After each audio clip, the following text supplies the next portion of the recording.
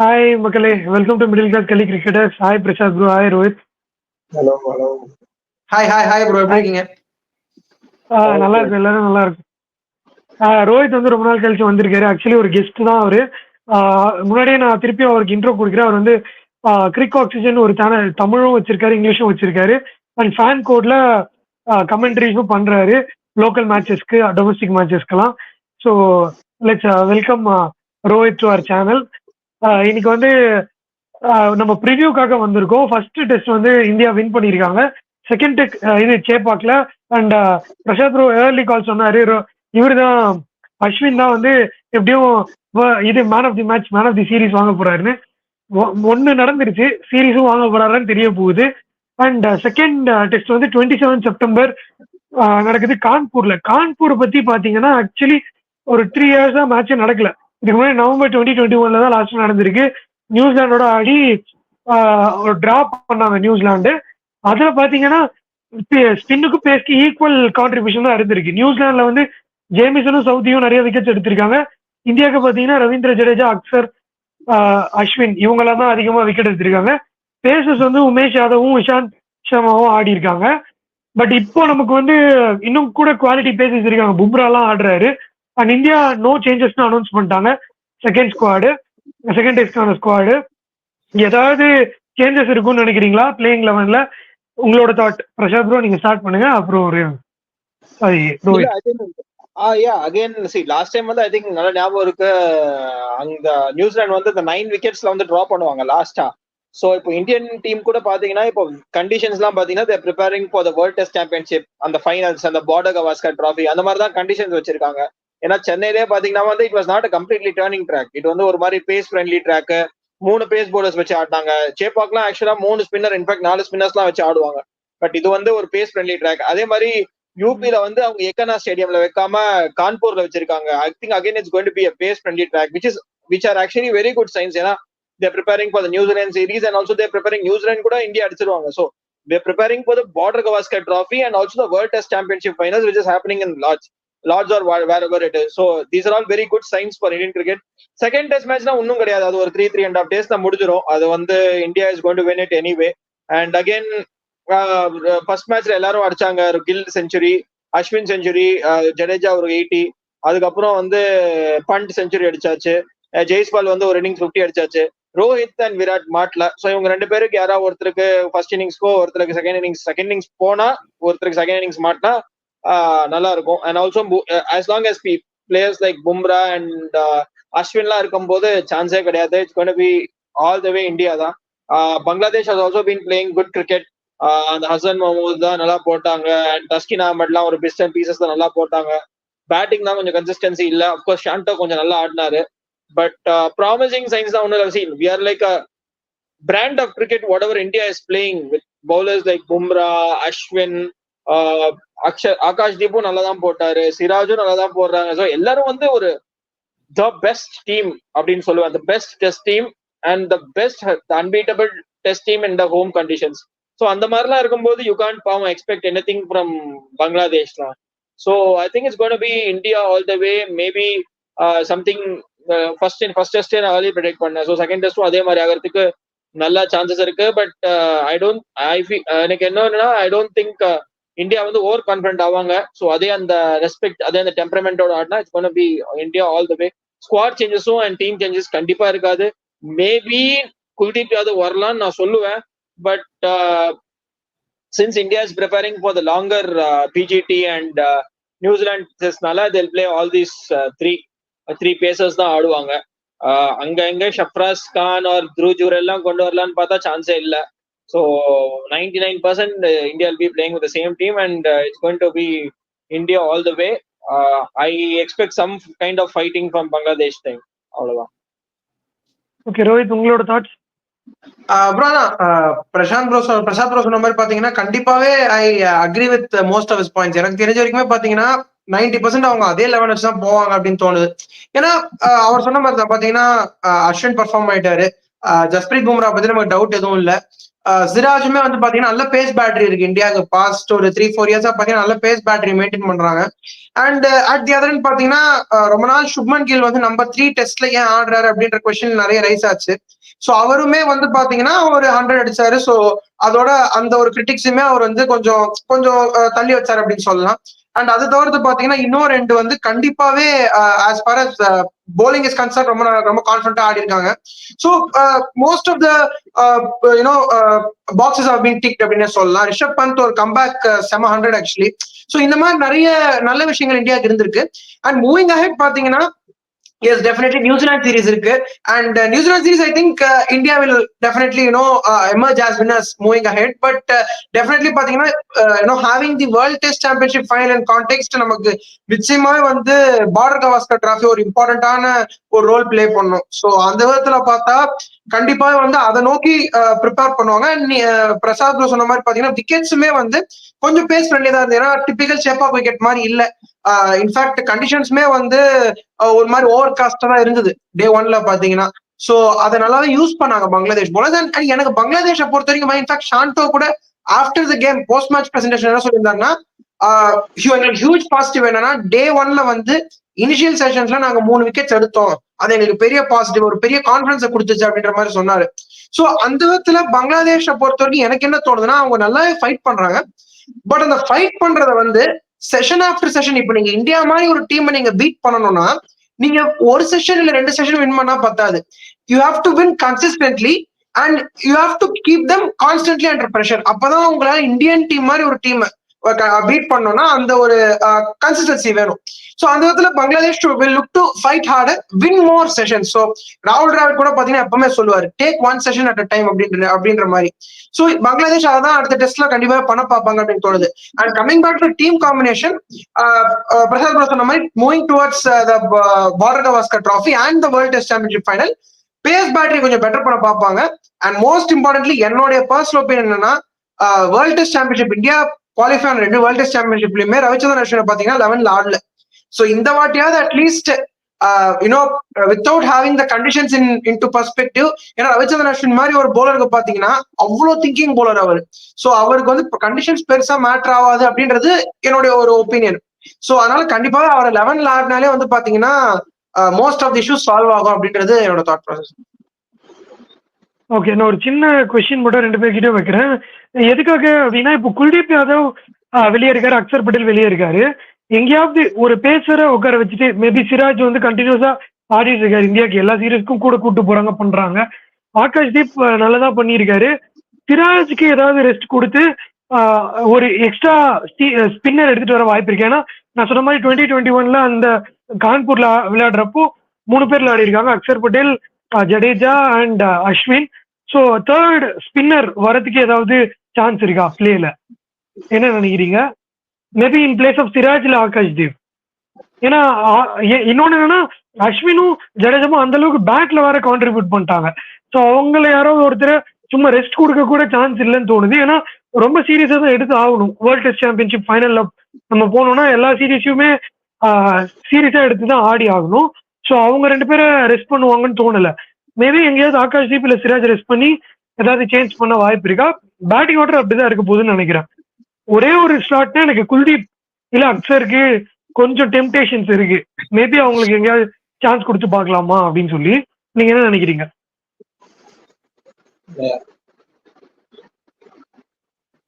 சொல்லுங்க ரோஹித்.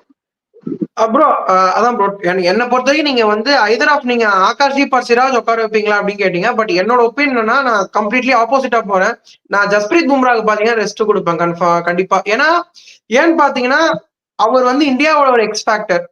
சோ வந்து கண்டிப்பாவே பிஜிடி ஃபுல்லா அவர் ஆடுற மாதிரி இருக்கும். சோ கண்டிப்பாவே வந்து இன்ஜுரி ப்ரோனா மேபி நீங்க இன்ஜுரி ப்ரோன்னு சொல்ல முடியாது, பட் அவருக்கு அந்த இஷ்யூஸ் இருந்திருக்கு பாஸ்ட்ல. சோ அவரை ஒரு இம்பார்ட்டன்ட் சீரீஸ்க்கு முன்னாடி அட்லீஸ்ட் ஒரு 2 to 3 months முன்னாடி நீங்க வந்து அவரை பெரிய அளவில் வந்து அவரை ஸ்ட்ரெயின் பண்ணாமலோ, அதாவது strain is not the right word for international cricketer. ஆனா ஒண்ணே என்னன்னா அவரு ஆல்ரெடி ஒரு 3 months பிரேக் அப்புறம் தானே வராரு. அவரு ஜூலை வேர்ல்ட் கப்க்கு அப்புறம் இப்பதானே வந்திருக்காரு. ஏன்னா சிராஜ் வந்து எல்லா இடத்துக்கும் டிராவல் ஆகிறாரு. இப்போ மேபி ODI T20 இருக்கு, ஒரு ஷார்ட் சீரீஸ் பங்களாதேஷோட, அதுலயுமே சிராஜ் இருக்க வாய்ப்பு இருக்கு. எனக்கு பும்ரா எடுப்பாங்களான்னு ஒரு கொஸ்டின் மார்க் இருக்கு. அங்க ரெஸ்ட் கொடுக்கறதால இந்த டெஸ்ட் ஆட வச்சிருவாங்களோ, ஏன்னா டெஸ்ட் சாம்பியன்ஷிப்க்கு ஹை ப்ரியாரிட்டி தரணும்னு யோசிக்கிறேன். ஆமா ப்ரோ, கரெக்ட். சோ எனக்கு என்னன்னா, நீங்க லாங்கர் ஃபார்மேட் ஆடுறப்போ ஐ மீன் ஒய் நாட் நீங்க வந்து ஒரு லெட்ஸ் சே ஒரு பெட்டர் ஆப்பனன்ட். இப்போ நியூசிலாந்துனா மேபி நான் யோசிப்பேன் பும்ராவை ஒரு 2 டெஸ்ட் ஆடலாமா அப்படின்னு. பட் மேபி பங்களாதேஷ் அப்படின்றதுனால மேபி எனக்கு என்ன தோணுது, தே won't be very complacent. But எனக்கு என்ன தோணுச்சுன்னா, with the world test championship inside நம்ம வந்து ஏன் ஒரு டெஸ்ட் பும்ரா உட்கார வைக்க கூடாது அப்படின்றது எனக்கு பர்சனலா தோணுச்சு. ஏன்னா உங்களுக்கு எப்படியுமே அஸ்வின் ஜடேஜா இருக்காங்க. கான்பூர் விக்கெட்டை பத்தி நமக்கு தெரியும்.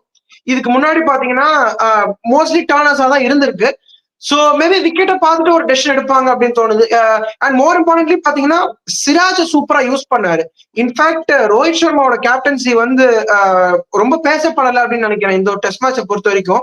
ஆனா சூப்பரா போட்டாரு. ஏன்னா டே 5லயுமே பாத்தீங்கன்னா அவங்க நினைச்சிருந்தாங்கன்னா இனிஷியலாவே ஒரு ஃபர்ஸ்ட் ஃபியூ ஹவர்ஸ்லயே பாத்தீங்கன்னா அஸ்வின் ஜடேஜாவை கொண்டு வந்துருக்கலாம் ரைட்டாவே. பட் அவங்க என்ன பண்ணாங்கன்னா, ரோஹித் சர்மா என்ன சூப்பரா பண்ணாருன்னா, இனிஷியலா ஒரு ஃபியூ ஹவர்ஸ் கொடுத்தாரு முகமது சிராஜுக்கும் சரி ஜஸ்பிரீத் பும்ராக்கும் சரி. சோ அவர் என்ன கிளியரா அவர் அண்டர்ஸ்டாண்ட் பண்ணிக்கிறாருன்னா, கேம் டைம் ரொம்ப ரொம்ப இம்பார்ட்டன்ட் அப்படின்ற மாதிரி யோசிக்கிறாங்க. சோ அந்த விதத்துல பார்த்தா I think they will go ahead with Mohammed Siraj and they might rest Jasprit Bumrah. ஏன்னா அவர் ஒரு எக்ஸ்பேக்டர்னால எனக்கு இந்த தாட் ப்ராசஸ் இருக்கு. ரஷாத் ப்ரோ, நீங்க என்ன நினைக்கிறீங்க? இல்ல நீங்க முன்னாடி சொன்ன மாதிரி சேம் 11 ஒன்னும் குழப்பிக்கிறதுக்கு இல்லைன்னு நினைக்கிறீங்களா? because see தெரியல Vicky, I think they'll go with same 11 தான். ஏன்னா இந்த 5 மேட்ச்லாம் இல்ல, ஒரு 40 ஓவர்ஸ் போட்டா பங்களாதேஷ் ஆல் அவுட் ஆயிடுறாங்க. ஸோ டோட்டலாவே இந்தியா வந்து ஒரு 70 ஓவர்ஸ் போடுறாங்க 2 இன்னிங்ஸும் சேர்த்து தான். And also Rohit is using Bumrah also very well. So அவருக்கு அந்த ஒரு லாங் ஸ்பெல்லே தரதில்ல, ஒரு 3 ஓவர் ஒரு 4 ஓவர் ஸ்பெல் தான் தராரு. So I think they have to go with same team. And Bangladesh பாத்தீங்கன்னா நிறைய லெஃப்ட் ஹேண்டர்ஸ் இருக்காங்க அந்த டாப் ஆர்டர்ல. ஐ திங்க் அந்த மெஹந்தி ஹசன் மிராஜ், லிட்டன் தாஸ் அண்ட் முஸ்டபிசுர் ரஹீம் தவிர அந்த 4 பேரும் வந்து லெஃப்ட் ஹேண்ட் பேட்ஸ்மேன் தான். ஸோ அக்சர் பட்டேல் கொஞ்சம் doubt. Maybe if they want to play Kuldeep they'll play, but I think Akashdeep also needs more games to settle down. ஏன்னா he's replacing Mohammad Shami. Not sure Mohammad Shami வந்து ஒரு PGT ஆடுவாரா இல்லையான்னு தெரியல. So அவர் வந்தாருன்னா he just walks into the squad.